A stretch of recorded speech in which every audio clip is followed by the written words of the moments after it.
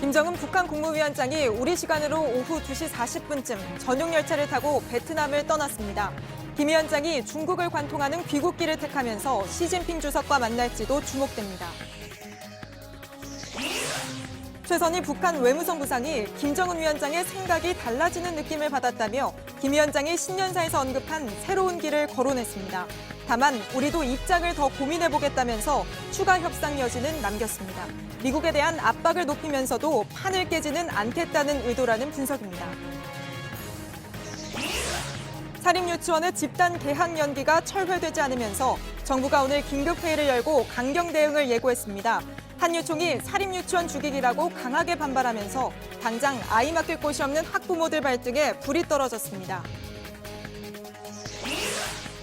3월의 첫 주말인 오늘도 전국 대부분 지역에서 미세먼지가 기승을 부렸습니다.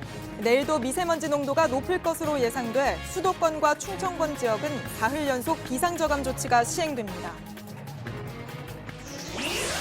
지난해 한류 콘텐츠로 해외에서 벌어들인 수입이 역대 최대인 약 2조 7천억 원을 기록했습니다.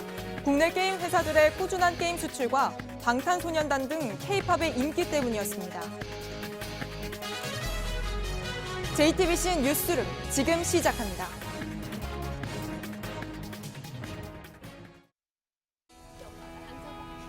마스크가 필요 없는 세상으로.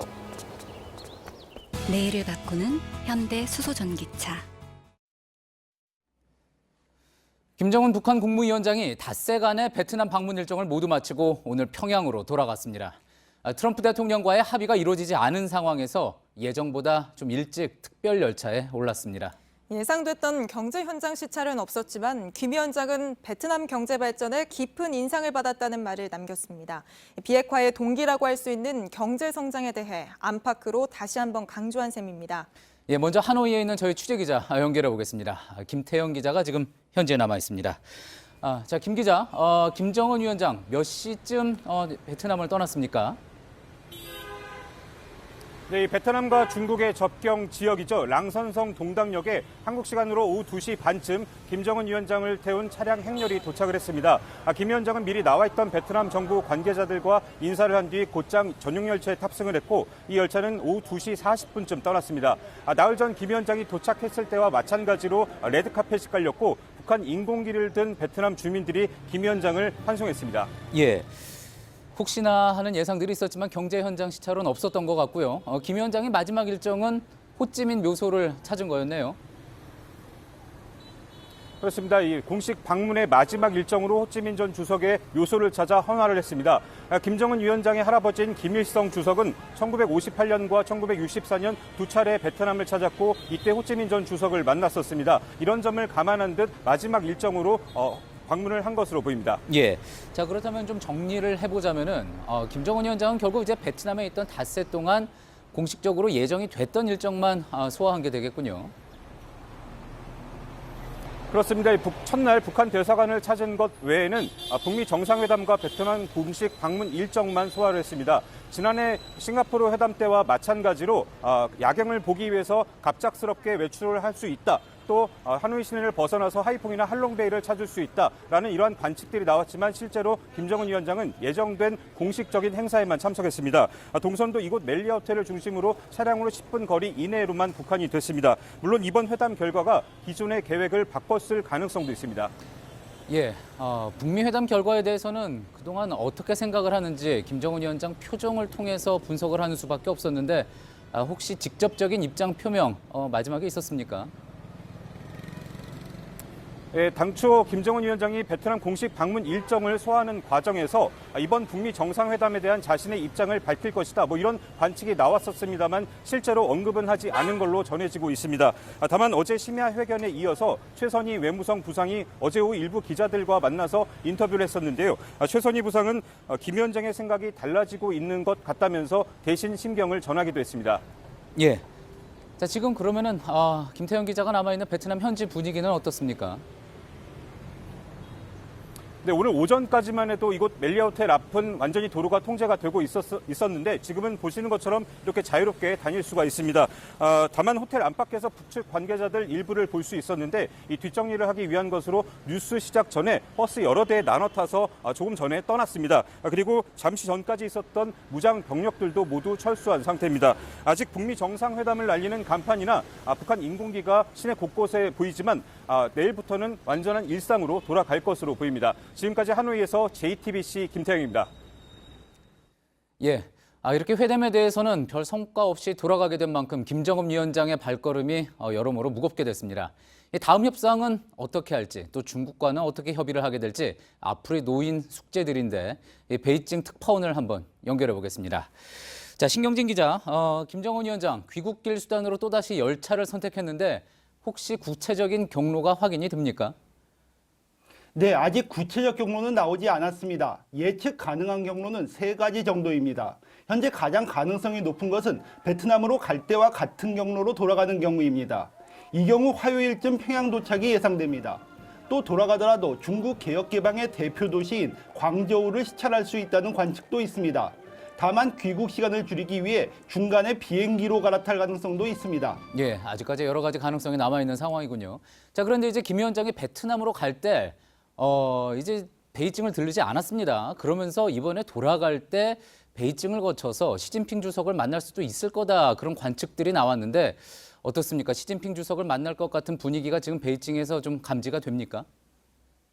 김 위원장과 시진핑 회동 여부는 아직 확정되지 않았습니다. 하지만 미국과 협상이 틀어진 만큼 북중 관계를 다지기 위해 시 주석과 전략 조율이 이루어질 거란 관측이 나오는데요. 김 위원장이 베트남 방문 일정을 최대한 소화한 것도 북중 회담 가능성을 높이고 있습니다.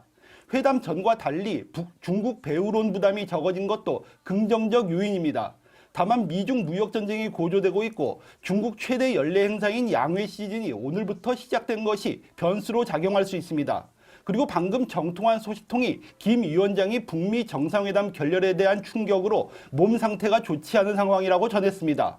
이에 따라 북중 정상이 만나지 않기로 정리가 된 것으로 알고 있다고 전해왔습니다. 예, 결국은 오늘 밤 동안 이제 기차가 지나가는 동선을 계속 지켜봐야지 그 해답을 알 수가 있겠군요. 자, 이번 하노이 회담 결과에 대해서 중국 쪽도 여러 가지 이야기가 나올 것 같습니다. 지금 중국 분위기는 어떻습니까?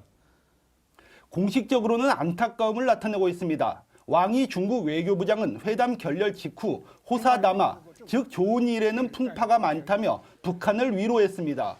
또 양재츠 정치국 위원과 폼페이오 국무장관 전화통화에서는 한반도 문제는 단번에 해결하기 어렵다며 중국이 건설적 역할을 계속하겠다고 했습니다. 북미의 실질적인 중재자로서 양측을 격려한 건데요. 하지만 공식적인 발표와 속내는 나눠봐야 합니다. 중국 전문가들은 북미 양국이 관계를 개선해 중국을 포위하는 최악의 시나리오가 무산된 데 대한 안도감이 큽니다. 미국과 무역전쟁을 치르고 있는 중국 입장에서는 각종 협상에서 북한이라는 지렛대가 여전히 필요한 것이 사실이기 때문입니다. 미국 베트남 관계가 한반도에서 재현되기 쉽지 않다는 걸 확인한 중국이 하노이 회담의 실질적 승자로 몸값 높이기에 본격적으로 나설 수 있습니다. 지금까지 베이징에서 신경진이었습니다. 앞서 하노이에서 김태형 기자가 전해드린 대로 이 김정은 위원장은 공식 외교 활동 외에 다른 깜짝 일정은 없었습니다. 예상됐던 경제 현장에 대한 시찰도 없었습니다. 다만 김 위원장은 베트남 경제 발전 경험을 공유하고 싶다고 밝힌 걸로 전해졌습니다. 송지혜 기자의 보도입니다. 베트남에서의 마지막 일정으로 오전 호찌민정 국가주석 묘소를 찾은 김정은 북한 국무위원장.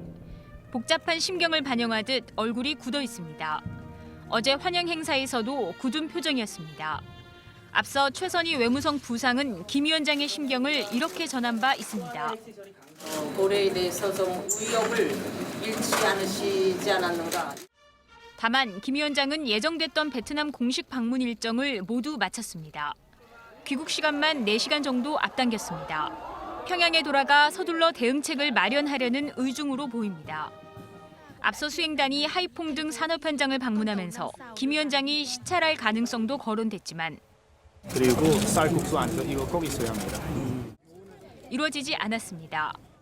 대신 김 위원장은 어제 응우엔 푸종 베트남 국가주석과의 만남에서 베트남의 사회, 경제발전상의 깊은 인상을 받았고 경험을 공유하고 싶다고 밝힌 것으로 알려졌습니다. 베트남 경제발전의 원동력이 된 도이머이 노하우 전수를 희망한다는 뜻으로 풀이됩니다. 북한 매체도 친선 방문 소식을 대대적으로 보도했습니다. 피로서 맺어진 두 나라 두 당 사이의 친선협조 관계를 대러리어 계승해 나가는 것은 우리 당과 국가의 일관한 입장이라고 하시면서 굳은 표정으로 외교 일정을 수행했지만 동당역을 떠날 땐 환하게 웃는 모습이었습니다. JTBC 송지혜입니다.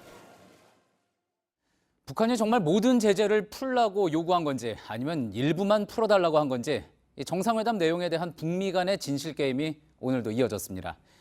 한편 트럼프 대통령은 김정은 위원장이 원비어의 죽음에 대해 몰랐다고 한 발언을 놓고 해명을 했습니다.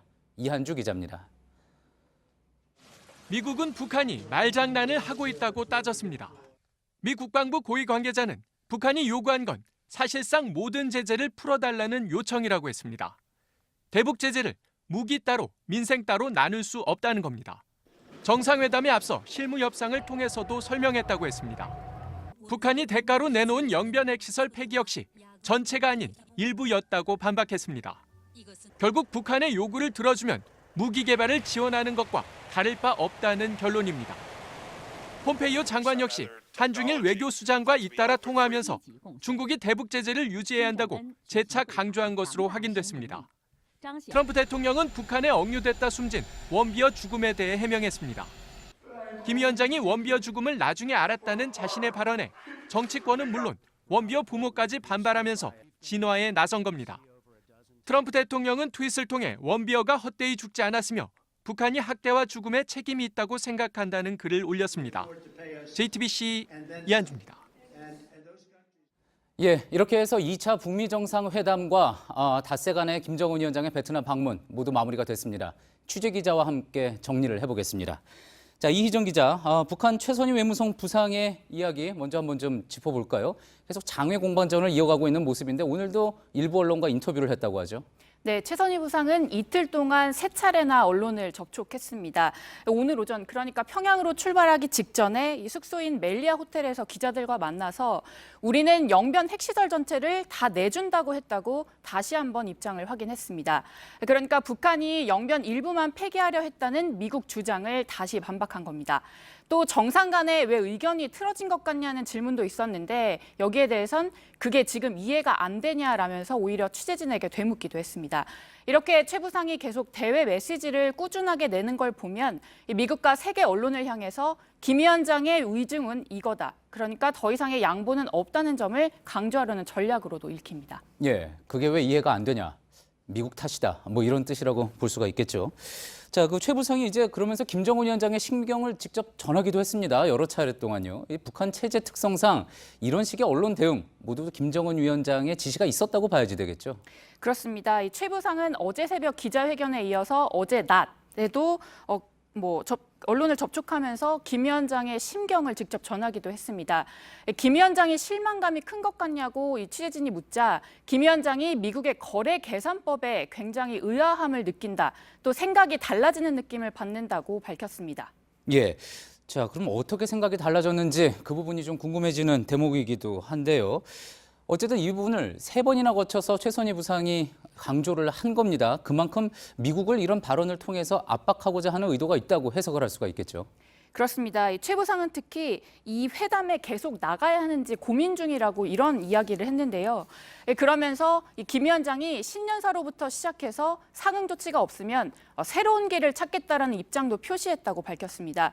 그러니까 양보는 쉽지 않다는 걸 강조하면서 미국에 대해서는 압박 수위를 높인 걸로 풀이됩니다. 예, 최선희 부상, 김정은 위원장이 신년사에서 했던 그 새로운 길이라는 단어 주목을 해볼 필요가 있을 것 같습니다. 그렇다면 그 새로운 길이라는 것 어떤 걸 의미한다고 볼 수가 있을까요?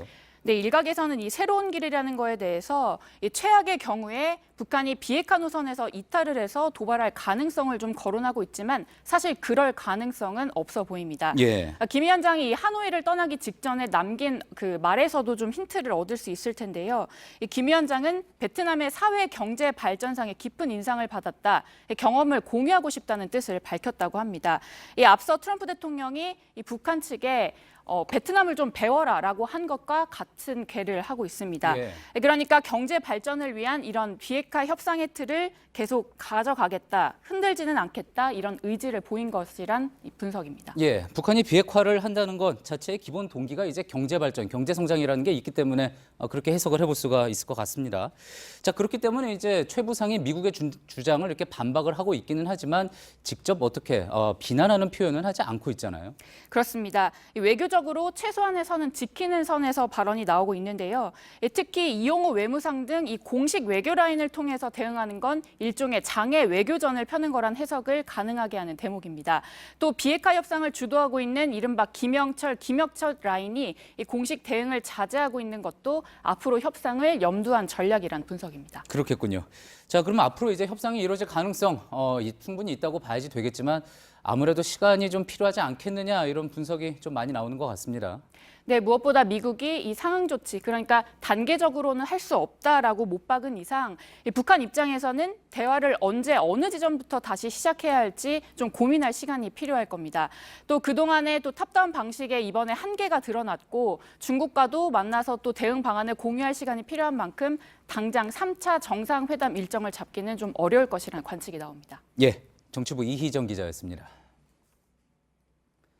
이번 하노이 회담이 끝난 뒤 미국 정가와 언론에서 자주 언급되는 게 이 냉전 시대 미국과 소련이 했던 레이캬비크 회담입니다. 군축 협의를 위해 레이건 대통령과 고르바초프 서기장이 만났던 역사적인 회담이었죠. 그제 트럼프 대통령이 기자회견에서도 이 부분이 언급되기도 했는데 이 30여 년 전 회담이 왜 다시 부각되고 있는지 김민관 기자가 전해드립니다. 트럼프 대통령 기자회견장에서 냉전 시대의 기억이 소환됩니다. President Reagan walked away in Reykjavik. A lot of condemnation at the time, and it ended up working out very well in the end. Was this mostly your decision? 트럼프는 즉답을 피하면서도 신뢰를 이야기했습니다. Chairman Kim promised me last night is regardless, he's not going to do testing of rockets and nuclear. Trust him and I take him at his word. 냉전이 한창인 1986년 레이건 당시 미국 대통령이 빈손으로 회담장을 나섰던 곳은 아이슬란드의 수도 레이캬비크입니다. 당시 미소두 정상은 군비 축소를 논의하기 위해 테이블에 마주 앉았습니다. 전략 핵무기 감축 같은 민감한 이야기가 오갔지만 소득은 없었고 회담이 실패했다는 보도가 쏟아졌습니다. 하지만 이듬해 두 정상은 워싱턴에서 다시 만나 냉전 종식의 신호탄으로 평가받는 중거리 핵무기 폐기에 합의합니다. 전문가들은 레이캬비크에서 확인한 입장차가 빅딜의 초석이 됐다고 평가합니다. 케네스 아델만 전 유엔 주재 미국 대사도 이번 하노이 회담이 우리 시대 레이캬비크가 될 수 있다는 분석을 내놨습니다. 아델만은 미 정치 전문 매체 폴리티코를 통해 동틀 무렵이 가장 어두운 법이라며 적절한 준비가 이루어진다면 북미 정상회담은 계속될 것이라고 예측했습니다. 게리 세이모 전 백악관 국가안보회의 조종관 역시 미국 NPR 방송을 통해 하노이 정상회담은 변장한 축복이 될 수 있다고 평가했습니다. JTBC 김민관입니다. 북미 정상회담 이후 트럼프 대통령이 문재인 대통령에게 적극적인 중재를 당부하면서 한국의 역할도 중요해졌습니다. 그래서 한미 정상도 빨리 직접 만나야겠지만 그 전에 남북 정상회담이 우선 열려야 한다는 게 청와대의 판단입니다. 빠르면 3월 말쯤 남북 정상이 만날 가능성도 있습니다. 이서준 기자입니다. 청와대는 남북 정상이 직접 소통하는 것이 우선이라고 판단하고 있습니다. 청와대 관계자는 한미 정상회담보다 먼저 북한과 소통을 해야 할 것 같다고 밝혔습니다. 문 대통령이 북미 간 중재자 역할을 하기 위해선 김정은 위원장의 의중부터 파악하는 게 급선무라는 판단입니다. 앞서 트럼프 미 대통령도 문 대통령과의 전화통화에서 김 위원장과 대화해 그 결과를 알려달라고 당부했습니다. 청와대에 따르면 2차 남북 정상회담처럼 비공개로 만나고 만난 사실을 사후 공개할 가능성이 높습니다. 장소도 서울이 아닌 접경 지역 판문점이 유력합니다. 청와대 관계자는 김 위원장의 서울 답방을 계획대로 추진하긴 어렵다고 선을 그었습니다. 다만 냉각기는 필요하다는 게 청와대 판단입니다. 김 위원장과의 만남은 빠르면 3월 말쯤으로 추진될 전망입니다. 정상회담 대신 문 대통령의 특사가 김 위원장을 만나고 올 수도 있습니다. 그 이후 빠르면 4월 중 한미 정상회담 날짜도 잡힐 것으로 보입니다. 북미 정상을 잇따라 만나 두 정상의 입장 차이를 좁히고 다시 만날 수 있도록 중재자로 나서는 겁니다. JTBC 이서준입니다. 이번 2차 북미 정상회담 결과를 놓고 국내 정치권에서도 해석과 전망이 엇갈립니다. 적극적인 중재 역할을 주문하는 목소리가 커지는 가운데 보수 진영 일각에서는 또다시 핵무장론을 꺼내들었습니다. 최재원 기자입니다. 자유한국당 당대표 경선에 나섰던 오세훈 전 서울시장은 2차 북미 회담이 결렬된 직후 핵개발 논의가 필요하다는 입장을 밝혔습니다. 전당대회 출마를 앞두고 주장했던 핵개발론을 다시 꺼낸 겁니다. 야당발로 핵개발에 대한 심층적인 논의가 촉발되는 것이 저는 꼭 필요한 시점이다. 홍준표 전 한국당 대표도 한반도 핵균형 정책으로 나갈 수밖에 없다고 했습니다. 미군의 전술핵을 한반도에 재배치하거나 전략적으로 한국도 핵을 가질 수 있다는 가능성을 부각시키자는 주장들입니다. 반면 여권은 이른바 문재인 중재자론을 강하게 부각시키고 있습니다. 유시민 노무현 재단 이사장은 북미가 열매를 맺을 가능성이 더 커진 면도 있다며 문 대통령의 역할을 강조했습니다.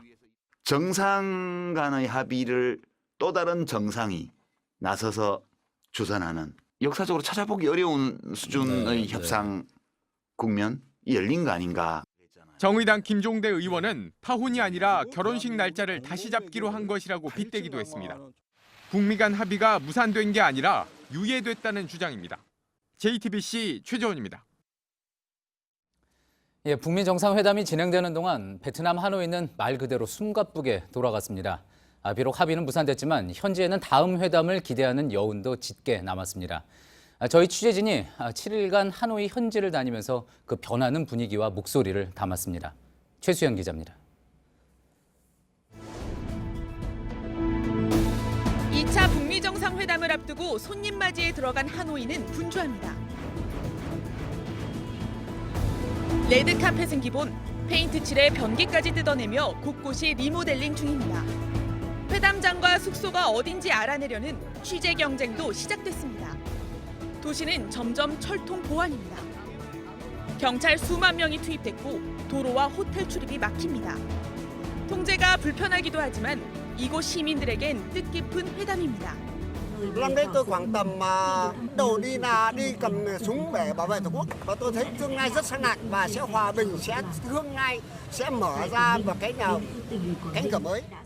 김정은 위원장이 도착하는 동당역. 빗속에 새벽부터 시민들이 모였습니다.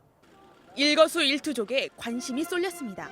여기서 김정은이 보다니. 그러니까 동호하는 사람들이 너무 커.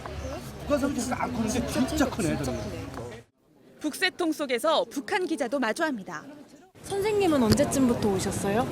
나요? 네네네. 그냥 반가워서 여쭤봤어요.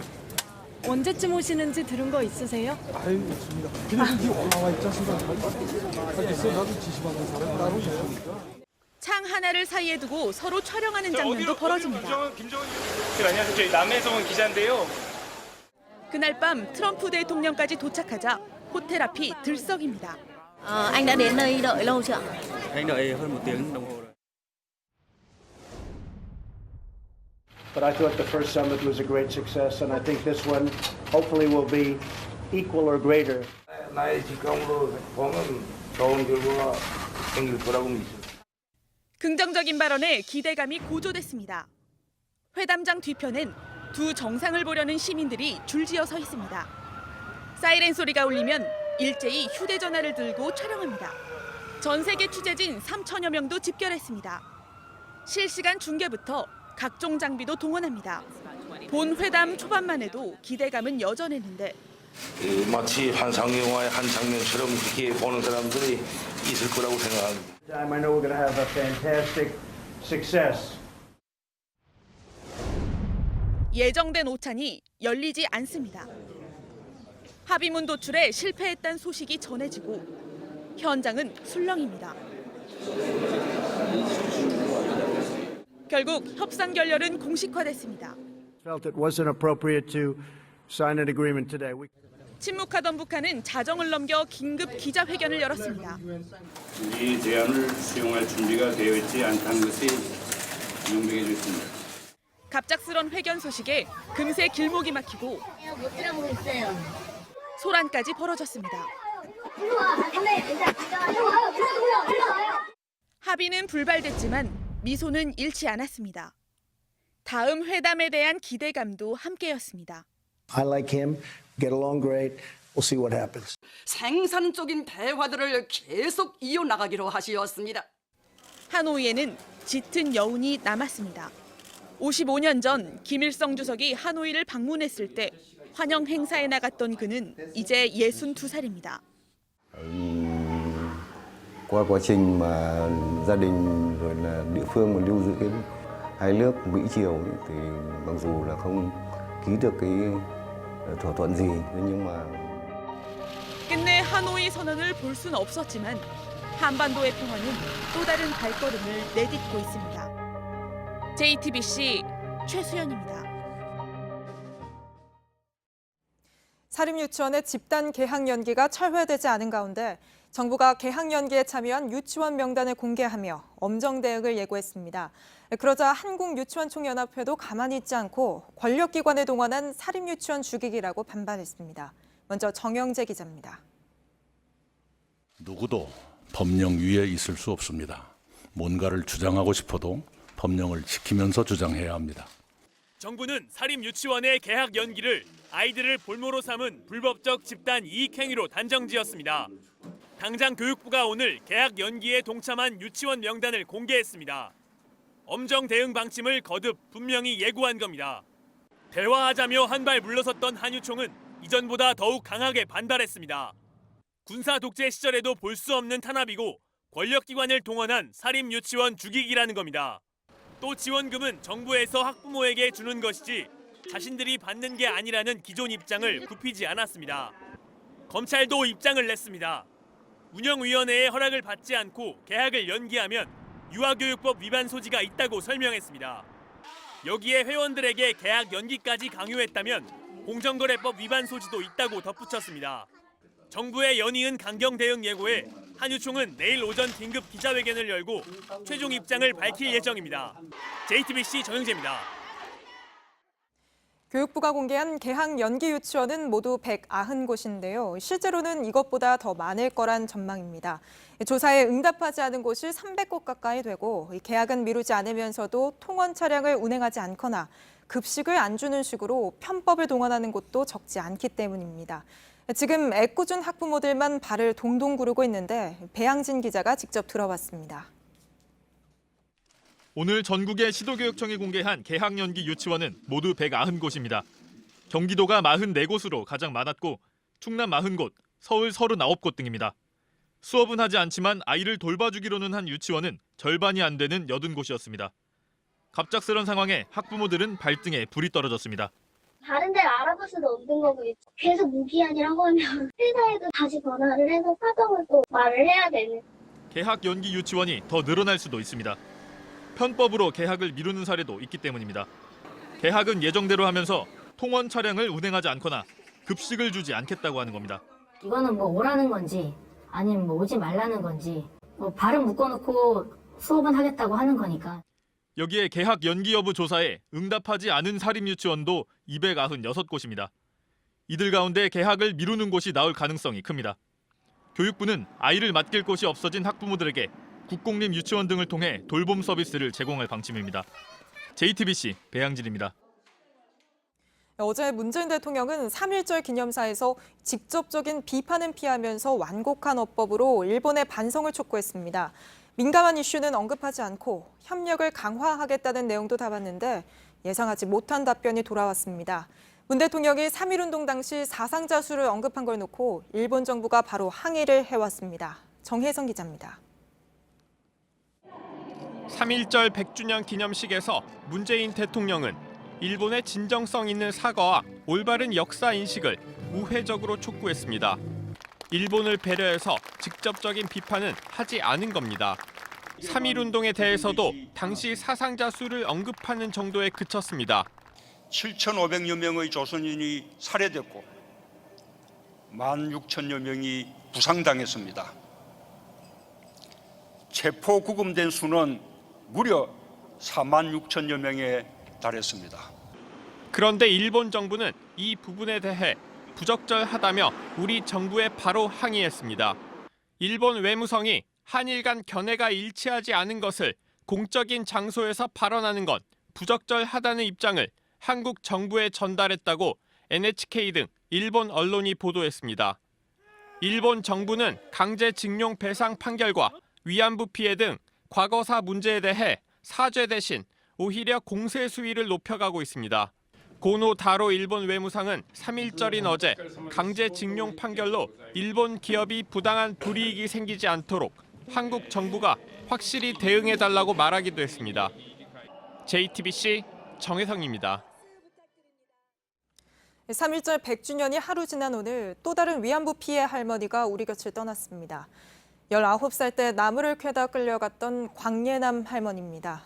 이제 생생한 목소리로 일본군의 만행을 증언할 생존자는 22명밖에 남지 않았습니다. 김선미 기자입니다. 광주 전남 지역의 마지막 남은 일본군 위안부 피해자였던 곽예남 할머니. 곽 할머니는 오늘 일본의 사과를 받겠다는 마지막 소원을 끝내 이루지 못하고 숨을 거뒀습니다. 곽 할머니는 1925년 전남 담양에서 태어났습니다. 19살 봄, 동네에서 나무를 캐다가 일본군 순사에게 끌려갔습니다. 이후 1년 반 동안 중국에서 고초를 겪었습니다. 해방 후에도 고향으로 돌아올 수 없던 곽 할머니는 중국 곳곳을 떠돌다가 안후이성 숙주에서 60여 년을 살았습니다. 2004년 가족과 극적으로 상봉했지만 2015년 폐암 4기를 진단받고 3년 넘게 투병해왔습니다. 강한 생명력으로 살아내신 삶 잊지 않겠다. 봄날 나비처럼 헐헐 날아가시길 바란다는 추모의 글이 이어졌습니다. 발인은 오는 4일이며 천안 망향의 동산에서 영면에 듭니다. 이로써 이제 남은 위안부 피해자 생존자는 22명입니다. JTBC 김선미입니다. 우리나라보다 좀 더 늦게 3.1절을 맞은 미국 뉴욕 맨해튼 도심에서 100년 전처럼 만세 함성이 크게 울려 퍼졌습니다. 유관순 열사의 조카 손녀도 흰색 저고리와 검은색 치마를 입고 만세 삼창에 동참했습니다. 뉴욕에서 심재우 특파원입니다. 대한독립 만세!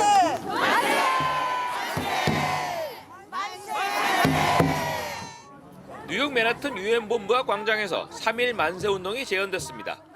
400여 명이 함께했습니다. 참석자들 가운데 여성들은 100년 전 흰색 저고리와 치마를 입었습니다. 3.1절 노래 합창에 이어 기미 독립선언문 낭독이 이어졌습니다. 만세 삼창에는 유관순 열사의 조카 손녀 유혜경 씨가 유관순 열사의 대역을 맡아 눈길을 끌었습니다. 유 씨는 유관순 열사의 친동생인 유인석 씨의 손녀입니다. 뉴욕에 거주하는 유 씨는 만세운동에 참여하게 돼 기쁘고 영광스럽다고 말했습니다. 이번 행사에는 뉴욕 현지에 거주하는 유관순 열사의 이화여고 후배들도 동참했습니다. 미 육군사관학교에 재학 중인 한인 2세 생도들도 한마음으로 함께했습니다. 눈이 온 뒤 영하의 쌀쌀한 날씨였지만 그날의 열기는 100년 전만큼 뜨거웠습니다. 뉴욕에서 JTBC 심재호입니다.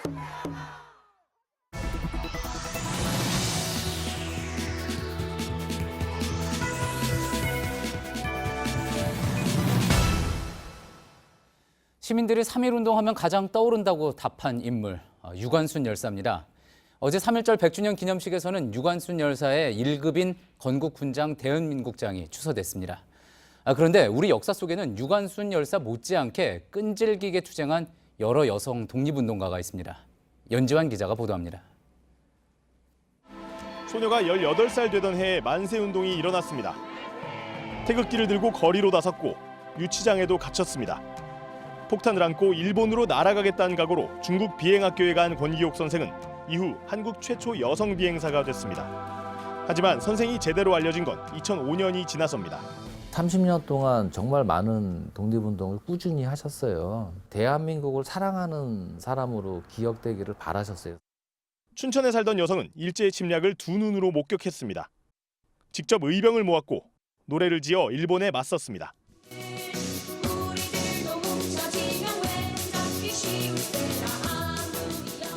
최초 여성 의병장 윤희순 의사 동상은 지금 작은 도서관 뒷뜰에 서 있습니다.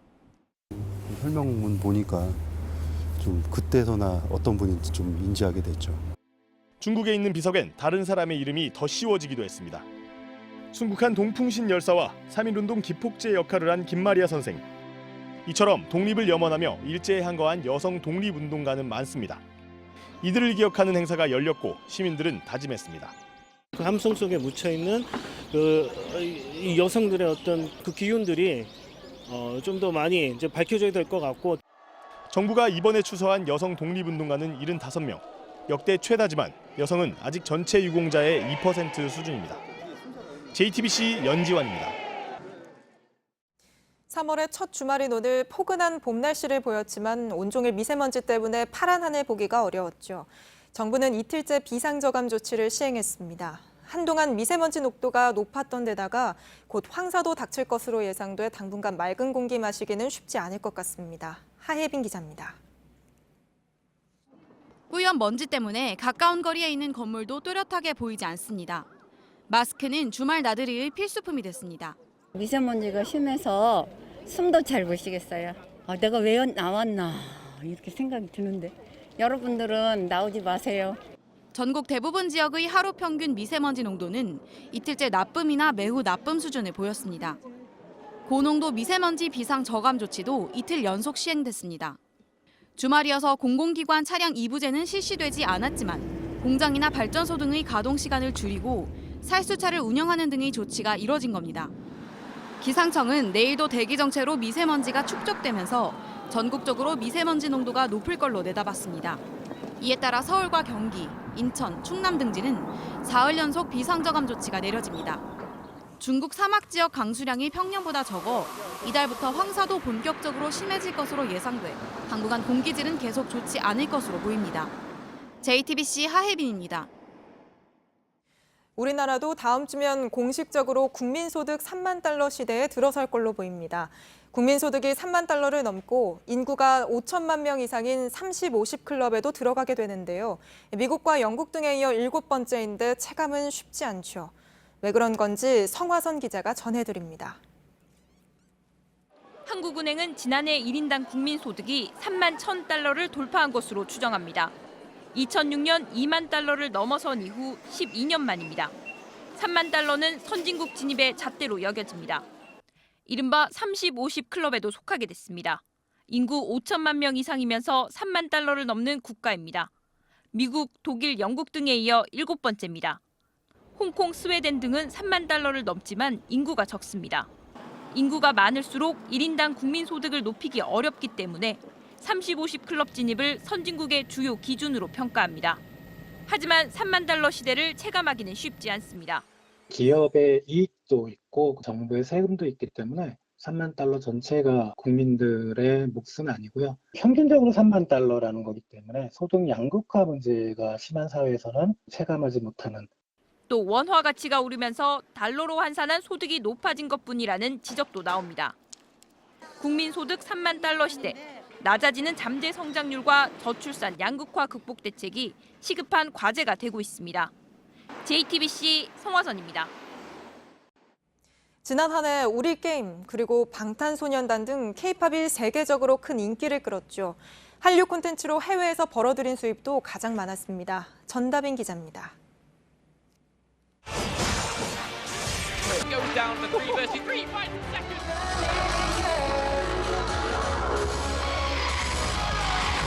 지난해 한류 콘텐츠로 해외에서 벌어들인 수입의 흑자 규모가 역대 최대를 기록했습니다. 한류 흑자는 24억 3천만 달러, 약 2조 7천억 원이었습니다. 한국은행은 중국과의 사드 갈등이 본격화되기 직전인 지난 2016년에 이어 역대 최대 규모라고 밝혔습니다. 2017년보다 73% 증가했는데 게임과 K-팝 음원 수출이 활발했기 때문입니다. 작년엔 특히 게임 수출과 관련된 통신, 컴퓨터, 정보 서비스 수지가 급증했습니다. 게임 관련 수지는 작년에 2배 가까이 늘어났고 매년 상승세를 보이고 있습니다. K-팝, TV 프로그램 등과 관련된 수지도 2017년보다 작년에 4천만 달러, 약 449억 원 늘었습니다. 한국 게임과 K-팝의 영향력이 커지면서 한류 흑자 상승세도 당분간 지속할 것으로 보입니다. JTBC 전다빈입니다. 지금도 제주 주민들이 찬반으로 나뉘어 갈등을 빚고 있는 강정마을 해군기지에 처음으로 크루즈선이 들어왔습니다. 2,000명 넘는 관광객이 찾아왔는데요. 아직도 기대와 우려가 엇갈리고 있습니다. 최충희 기자입니다. 축구장 3개 크기인 길이 345m, 14만 8천 톤급 초대형 크루즈선 퀸메리 2호가 항구로 들어옵니다. 승객 2,400여 명을 태웠는데 미국에서 출발해 일본을 들러 제주에 왔습니다. 제주 강정 민군복합형 관광미항에 크루즈 관광객들이 내린 건 시설이 완공된 지 3년 만에 처음입니다. 제주를 찾은 관광객들은 배에서 내려 한국 전통 문화를 배우고 유명 관광지도 찾았습니다. It's very nice. I think the people is nice. It's very warm. And I am very happy to be here. It's my first time. And I think you have a great country. 제주도 측은 크루즈선 입항이 지역 경제에 큰 도움이 될 걸로 보고 있습니다. 하지만 크루즈항 건설을 반대했던 주민들은 달갑지가 않습니다. 관광객 방문이 마을에 도움이 전혀 안 되는 일회성 이벤트일 뿐이라는 겁니다. 단지 10시간 체류하기 위해서 여기 쓰레기 버리러 온 겁니까? 여기 행사로 온 곳입니까? 앞으로 대형 크루즈선이 계속 입항할지 여부도 불투명한 상황입니다. 사드 배치 갈등의 여파로 여전히 최대 고객인 중국발 크루즈선의 입항이 끊겨 있기 때문입니다. JTBC 최충일입니다. 부산 광안대교를 들이받은 러시아 화물선 선장에 대해 경찰이 구속영장을 신청했습니다. 경찰은 항해 기록 저장 장치 등을 분석한 뒤 선장이 운항하기 전에 술을 마셨다는 결론을 내렸습니다. 한편 부산시는 오늘 밤 10시부터 승용차와 1톤 이하 화물차 등에 한해 전면 통제된 해운대 방향 2개 차로 중 1개 차로를 개방합니다. 오늘 오전 9시쯤 부산 강서구의 한 원룸에서 보일러 배기가스가 새는 사고가 났습니다. 이 사고로 8명이 가스를 들이마셔 병원으로 옮겨졌지만 다행히 크게 다친 사람은 없는 걸로 전해졌습니다. 경찰은 가스 안전공사 등과 함께 어떻게 가스가 새나갔는지 조사하고 있습니다. 미국 민간 우주 탐사 기업인 스페이스X가 사상 처음으로 유인 캡슐을 탑재한 로켓을 국제 우주정거장으로 발사했습니다. 이번 발사는 최종 점검 차원에서 마네킹을 태웠지만 빠르면 오는 7월 실제 민간 유인 우주 비행이 시도될 예정입니다. 전동휠을 타고 출퇴근하는 사실을 보험사에 미리 알리지 않았다면 사고가 나더라도 보험금을 받을 수 없다는 판결이 나왔습니다. 서울고법은 전동휠을 타고 퇴근하다가 뒤따라오던 차에 치여 숨진 A씨의 유족이 보험사를 상대로 낸 소송에서 1심과 달리 보험사의 손을 들어줬습니다. 재판부는 A씨가 보험 계약을 할 때 이륜 자동차 운전 여부에 대한 질문을 받았고 사고 발생 위험이 크다는 점을 몰랐다고 보기 어렵다고 판단했습니다.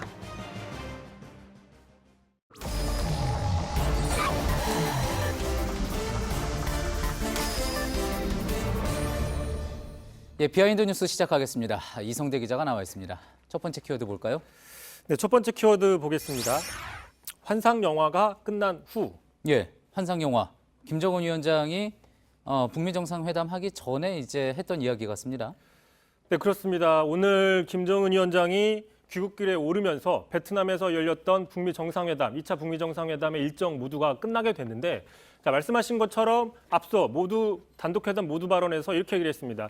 자, 우리가 만나는 걸 회의적으로 보던 사람들도 이번에는 마치 환상 영화의 한 장면을 보는 사람들처럼 놀랄 것이다라고 얘기했는데 자, 이때만 해도 상당히 기대감을 갖게 했지만 영화에 대한 기대감이 획상이 결렬되면서 좀 허탈하게 끝났습니다. 예, 환상 영화라는 건 뭐 마치 우리가 보통 쓰는 환타지 영화 뭐 이렇게 하는 거였겠죠. 자, 그러다 보니까 이제 환상 영화를 언급한 김정은 위원장, 북미 정상회담은 아쉽게도 미완성 드라마로 막을 내리게 된 것 같습니다. 그렇습니다. 그러다 보니까 여러 가지 해석들이 좀 나오고 있는데요. 뭐 좀 재밌는 기사가 있었습니다.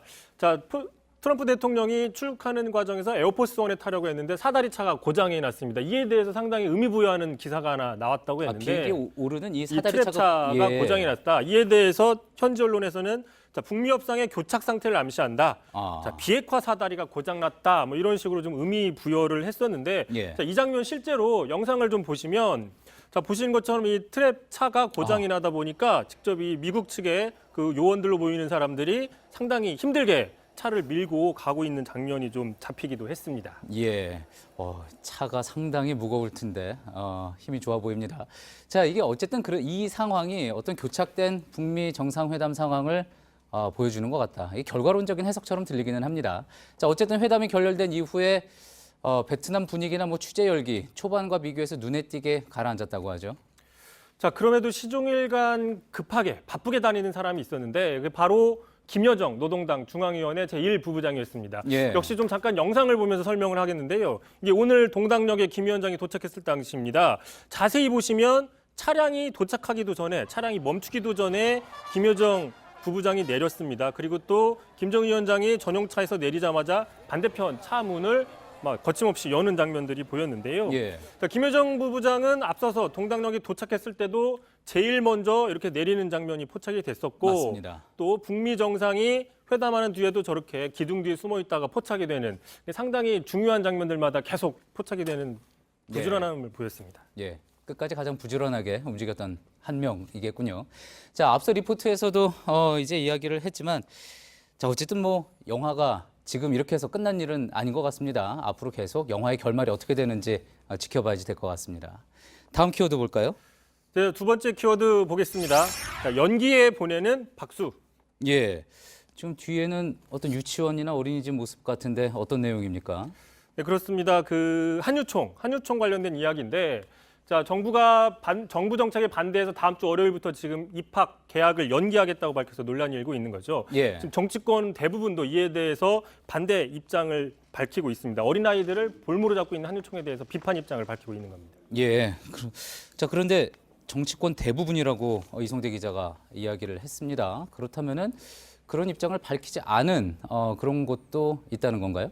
그렇습니다. 정치권 전부는 아니라고 볼 수 있는데 바로 제1야당의 입장이 좀 불명확합니다. 오늘 이런 논평을 내놨는데요. 보시는 것처럼 자유한국당에서는 교육부는 한유총과 협의를 거부하고 밀어붙이기식으로 정책을 혼란을 유발하고 있다. 이렇게 얘기를 했습니다. 또 정부의 정책 폭정과 처벌 일본도를 벗어나야 된다라고 얘기를 했습니다. 정부를 얼마든지 비판할 수는 있지만 지금 아이들의 학습권을 침해하고 아이들을 볼모로 삼고 있는 한유총 행태에 대해서 전혀 비판하지 않고 정부만 비판하는 입장만 내는 건 좀 문제가 있는 게 아니냐 이런 지적들 나오고 있습니다. 예, 이성대 기자 방금 조금 전 이야기한 것처럼 어쨌든 주장하는 바 여러 가지가 있을 수는 있지만 아이들을 또 그리고 학부모들을 볼모로 잡는다는 그런 부분은 분명히 이제 비판받을 부분이 있는 것 같습니다. 그런데도 이제 한국당은 한유총을 비판하는 데는 다소 좀 소극적인 그런 모습인 거군요. 애초에 지난해 국정감사 당시에 일부 사립 유치원들의 비리 문제가 공개됐을 당시만 해도 비판적인 입장이었지만 그 이후에 곧바로 좀 한유총을 옹호하는 입장으로 돌아섰는데요. 특히 지난해 11월 한유총과 한국당은 합동 세미나까지 열어서 정부를 좀 비판하기도 했습니다. 자, 비리 유치원 문제를 해결하기보다는 이 문제를 어떤 정부를 비판하는 데 그 정치 수단으로 활용하는 게 아니냐라는 지적이 나왔는데 특히 그 11월 행사 당시에 이런 이야기도 나왔는데 직접 한번 들어보시죠. 지금 이 정부가 여러분들에게 박해를 가하고 있는 것은 우물에 빠진 사람 구해놨더니 동양자로 내주시오. 이런 거 아닌가 싶습니다. 맞습니까? 예, 방금 말씀드린 것처럼 정부가 한유총을 박해한다고 얘기했던 이 김술래 의원, 최고위원이죠. 최근에 5.18 유공자 단체는 괴물 집단이다, 괴물 단체다라고 비판했던 그 김술래 최고위원입니다. 예. 알겠습니다. 이제 어린이집에 어린이들을 보내기까지는 어쨌든 내일 하루가 또 남아 있습니다. 이 상황이 어떻게 진행이 될지 또 저희가 내일 집중적으로 취재를 해서 전해드리도록 하겠습니다. 비하인드 뉴스 이성대 기자였습니다. 독일 분데스리가에서 뛰는 지동원 선수가 오늘 리그 1위 도르트문트를 상대로 2골을 기록하면서 팀의 깜짝 승을 이끌었습니다. 특히 재치가 돋보였던 두 번째 골은 독일 현지에서도 극찬을 받았습니다. 온누리 기자입니다. 지동원은 상대 수비에 슛이 막히자 차분하게 다시 차 넣어 끝내 골을 만들었습니다. 수비수 2명이 가로막아봤지만 넘어지면서도 골을 만든 집념이 빛났습니다. 후반엔 지동원의 재치가 골로 연결됐습니다. 상대 실수를 놓치지 않고 끊어낸 뒤 마치 메시처럼 툭 찍어차 골키퍼 키를 살짝 넘겼습니다. 2명의 수비수를 제치고 감각적으로 차넣은 골에 팬들은 열광했습니다. 분데스리가 홈페이지는 이 골이 예술이었다고 칭찬하면서 지동원을 오늘 경기 최고 선수로 뽑았습니다. 상대 견제에 시달리면서도 그라운드 곳곳을 누비며 팀 승리를 이끈 지동원은 쥐가 나는 바람에 팬들 기립박수 속에 교체됐습니다. My friend scored a goal as well, Sonny. So I have confidence as well. Unfortunately, I scored cheap goal, so I'm so happy. 2주 전엔 바이에른 뮌헨을 상대로 골을 넣고 지난주엔 한 번의 골로 연결되는 도움을 기록했던 지동원은 3경기 연속 공격 포인트 기록도 이어갔습니다.